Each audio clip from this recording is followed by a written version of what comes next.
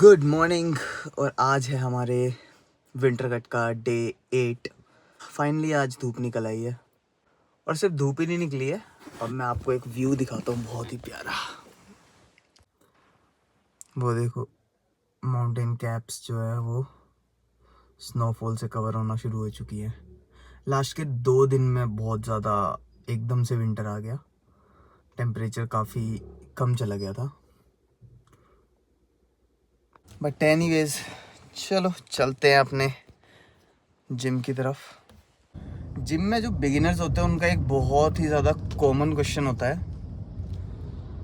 तो आज हम उसी पे बात करेंगे। और वो है कब कट करें, कब बल्क करें। ये स्टार्टिंग में पहले कट किया जाए या पहले बल्क किया जाए। देखो, 3 टाइप की बॉडी होती है, ठीक है। तुम्हें वो देखना पड़ेगा कि तुम्हारी बॉडी किस कैटेगरी में लाई करती है। फर्स्ट कैटेगरी हो गई अपनी जो स्किनी पीपल होता है। दूसरी कैटेगरी हो गई जो चबी होते हैं, फैट होते हैं। और तीसरी कैटेगरी के लोग होते हैं स्किनी फैट। ये सबसे ज़्यादा कंफ्यूजिंग कैटेगरी है, बट समझेंगे आराम से।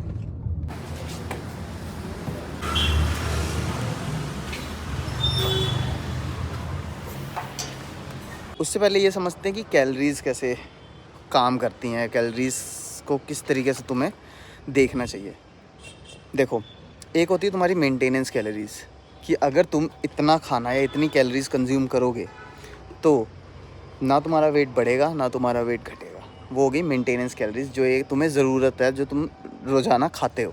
सपोज़ तुम्हारा वेट अभी 65 है, तो तुम 65 को मेंटेन करने के लिए कितना खाना खा रहे हो, कि तुम्हें पता है इससे ज़्यादा खाऊंगा तो ज़्यादा हो जाएगा, इससे कम खाऊंगा तो भूखा रह जाऊंगा। वो हो गया मेंटेनेंस कैलोरीज। अगर तुम उससे ज़्यादा खा रहे हो तो उसे बोलते हैं सरप्लस। अगर तुम उससे कम खा रहे हो तो उसे बोलेंगे डेफिसिट। अब अगर तुम पतले हो, तुम स्किनी कैटेगरी में आते हो, तो तुम्हें सरप्लस में खाना खाना है, सरप्लस में कैलोरीज लेनी है टोटल।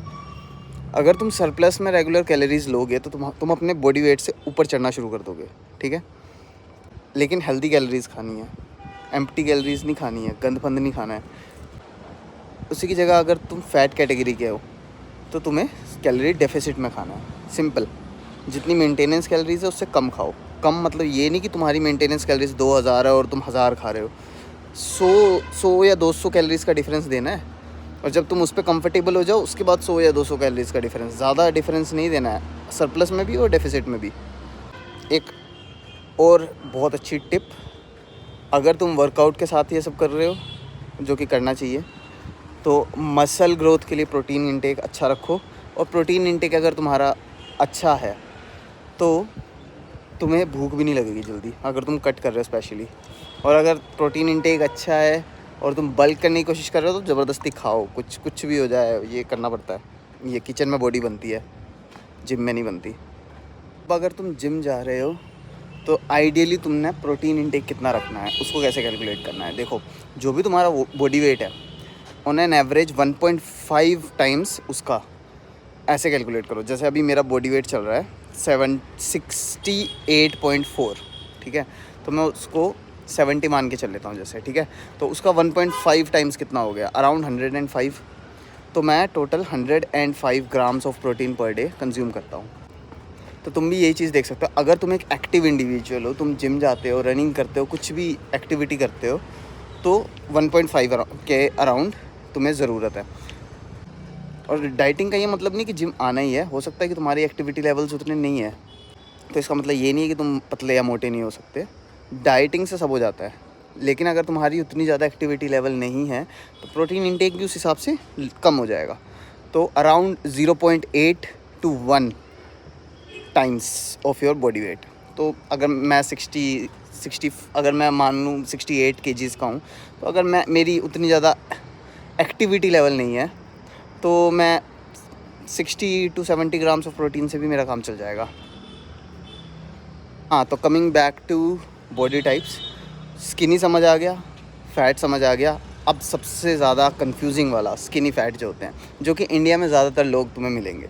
स्किनी फ़ैट क्या है, पतले हो तुम बिल्कुल, लेकिन फिर भी तुम्हारी बॉडी में फ़ैट कंपोजिशन भी दिखता है कि तुम्हारे बाजू पतले हैं, टांगे पतली हैं, पेट भी ऑलमोस्ट पतला ही है, लेकिन पतले होने के बाद भी उसमें बेली फैट स्टोर्ड है थोड़ा सा नीचे, और चेस्ट फैट स्टोर्ड है, वो मेरा भी वही हाल था, ठीक है। तो अब तुम लोगों ने कैसे करना है?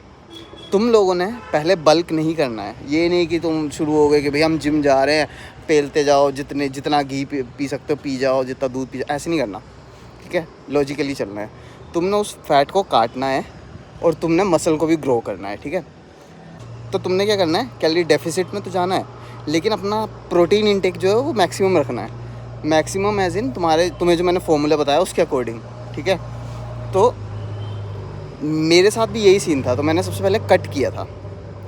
पहले तो इतनी नॉलेज नहीं थी मुझे, तो पहले तो मैं सिंपल बस जिम मार के आ जाता था, डाइट वगैरह का कुछ ध्यान नहीं देता था, लेकिन वो सब बहुत टाइम वेस्ट होता उस चीज़ से। जो बॉडी फिज़िक मुझे अभी मिली हुई है, वो बॉडी फिज़िक मुझे कम से कम भी 2 या 3 साल पहले मिल सकती थी, लेकिन डाइट पे उतना ध्यान नहीं था। तो सिंपल रखो, स्किनी फैट हो, डाइट करो, कैलोरी डेफिसिट में खाओ, लेकिन प्रोटीन इंटेक प्रॉपर रखो, हाई रखो प्रोटीन इंटेक। उससे क्या होगा कि मसल ग्रोथ भी होगी और साथ साथ फैट लॉस भी होगा। चलो अब आज के वर्कआउट पे चलते हैं। आज है पुश डे, तो सबसे पहले हम करेंगे ट्राइसेप्स और फिर चेस्ट, क्योंकि आज प्रायोरिटी ट्राइसेप को देनी है। ट्राइसेप के लिए हम 3 एक्सरसाइज करने वाले हैं। एक हमने पुश डाउन करना है, एक हमने ओवरहेड करना है, और एक और पुश डाउन वाली कोई दूसरी मूवमेंट करेंगे।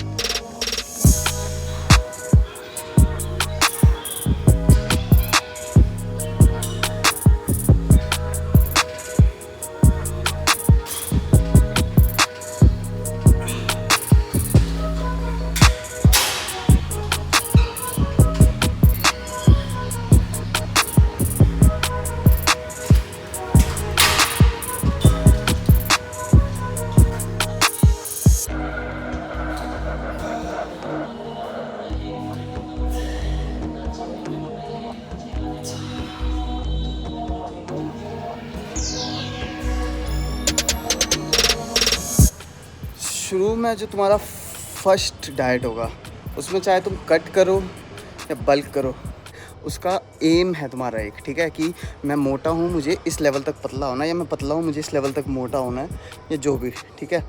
जब तुम एक बार उस चीज़ को अचीव कर लेते हो ना, उसके बाद फिर आता है अगला स्टेप, जो कि अब तुम्हें बार बार करना है। ये मैं अगला जो स्टेप है, ये स्पेसिफिकली जो जिम वगैरह जाते हैं उन लोगों के लिए है। इसमें क्या है कि मान लो तुमने पहले कट कर लिया, ठीक है, अब तुम्हारी बॉडी से सारा तुमने फ़ैट जो वॉश आउट कर दिया हुआ है, अब तुम पतले हो चुके हो, ठीक है, श्रेडेड फील कर रहे हो। अब आएगा कि तुम्हें अपनी मसल्स को ग्रो करना है।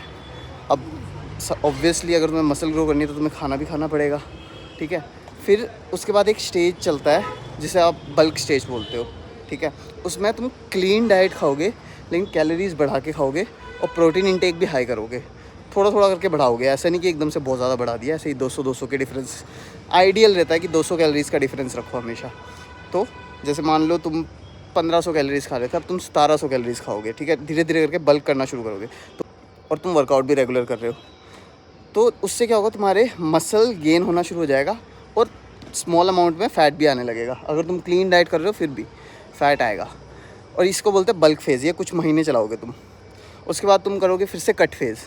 अब जब तुम फिर से इसे काटने की कोशिश करोगे ना, तो जब तुम फैट को काटते हो तो तुम्हारा मसल लॉस भी होता है थोड़ा बहुत, लेकिन जो तुमने मसल एक्यूमुलेट करी है बल्क फेज़ में, उतना ही पूरा कट नहीं हो जाएगा। जब तुम काटोगे वो पूरा का पूरा नहीं चला जाएगा मसल, उसमें थोड़ा डिफरेंस रह जाएगा।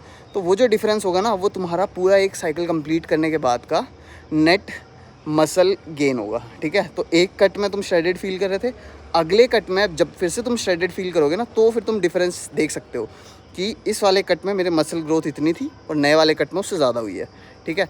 इस चीज़ को तुम्हें अपनी बॉडी के अकॉर्डिंग ट्यून करना पड़ेगा कि तुम कितना कार्डियो कर रहे हो, कितनी डाइट ले रहे हो, कितनी प्रोटीन इंटेक कर रहे हो, कितना वर्कआउट कर रहे हो, और कितनी जल्दी तुम कट या बल्क कर रहे हो। और शुरू में क्या होगा ना कि तुम्हें एक एक चीज़ की कैलोरी जो है ना, वो बार बार नाप तोल के देखनी पड़ेगी कि वेइंग स्केल पे रख लिया, ये कर लिया, वो कर लिया, पूरा एग्जैक्ट रखना पड़ेगा, जो कि मैं भी करता हूँ। थोड़ा सा ऑब्सेसिव होना पड़ता है, लेकिन जब तुम्हें एक बात समझ आने लग पड़ेगी कि इतने इतने पोर्शन में मेरा काम हो जा रहा है, तुम्हें वो पोर्शन समझ आ जाएगा ना, तुम्हें जितना खाना है, उसके बाद तुम ऑटोमेटिकली खाने को देख के बता दोगे कि इसमें कितनी कैलोरीज होंगी अप्रोक्सीमेट और कितनी प्रोटीन होगी अप्रोक्सीमेट। तो मेरे केस में अभी मैंने 1 साल पूरा बल्क किया था और अब मैं उसे काट रहा हूँ, कट फेज़ में हूँ मैं अभी, पिछले 8 दिन से कट में हूँ। तो ऐसे ही होता है और यही चीज़ फिर रिपीट करनी है, बस यही है, यही फॉर्मूला है, कुछ ज़्यादा उतना भी कॉम्प्लिकेटेड नहीं है जितना लगता है, बहुत ही सिंपल है। बल्क करो, थोड़ा सा फैट भी गेन होगा लेकिन अच्छी खासी मसल भी गेन होगी, फिर उसे कॉन्शियसली कट करो जिससे तुम फैट को ज़्यादा टारगेट कर पाओ, और फैट कट होगा और साथ साथ थोड़ी बहुत मसल्स कट होंगी लेकिन नेट डिफरेंस अच्छा रह जाएगा। तो बल्क करो, कट करो, बल्क करो, कट करो, ऐसे इंप्रूवमेंट दिखेंगे। हर श्रेडेड फेस जो कट का जब तुम फाइनली कट कर लोगे तब तुम अपना डिफरेंस देख सकते हो कि पिछले कट के एंड में क्या था मैं और इस कट के एंड में मैं क्या हूँ। उसमें तुम्हें अपने मसल ग्रोथ्स वगैरह दिखेंगी।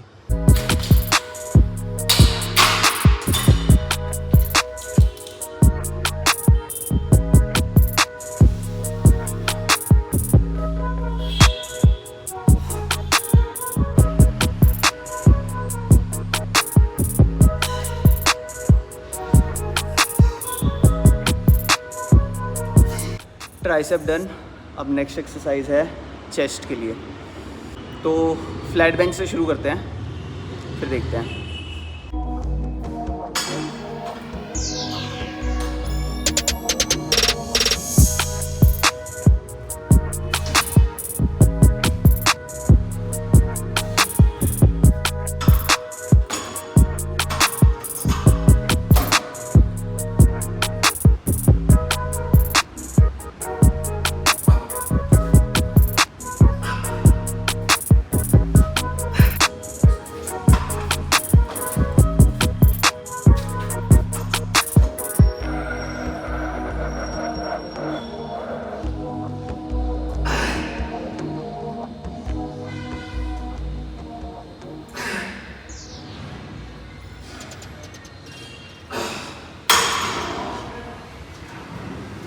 अब लास्ट की 2 एक्सरसाइजेस हम केबल से करेंगे, अपर चेस्ट और लोअर चेस्ट दोनों।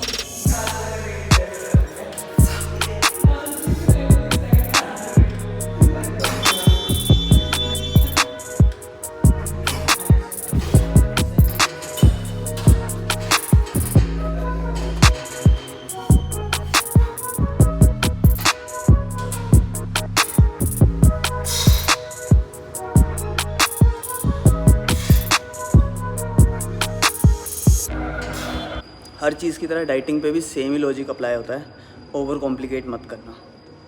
अगर बहुत ज़्यादा स्ट्रिक्ट जाओगे शुरू से ही या बहुत ओवर कॉम्प्लिकेट करोगे तो ज़्यादा टाइम तक टिक नहीं पाओगे। तो गो स्लो और कंसिस्टेंसी मेंटेन करने की कोशिश करो। चलो जी, आज का एक्सरसाइज भी हो गया। और अब तुमने जैसे कि नोटिस किया होगा मैंने हुडी खोल दिया है, क्योंकि धर्मशाला का जो वेदर है वो बहुत ही अजीब सा हो रखा है।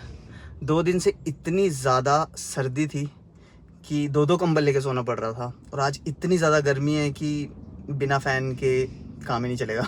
बस एज़ यूजुअल सेम ओल्ड। इसके बाद शाम को 10,000 स्टेप्स। आज बाहर भी जा पाऊँगा क्योंकि बारिश नहीं हो रही है, और 1300 calories, 100 gram protein, that's it. चलो मिलते हैं अब अगली वीडियो में। Good bye.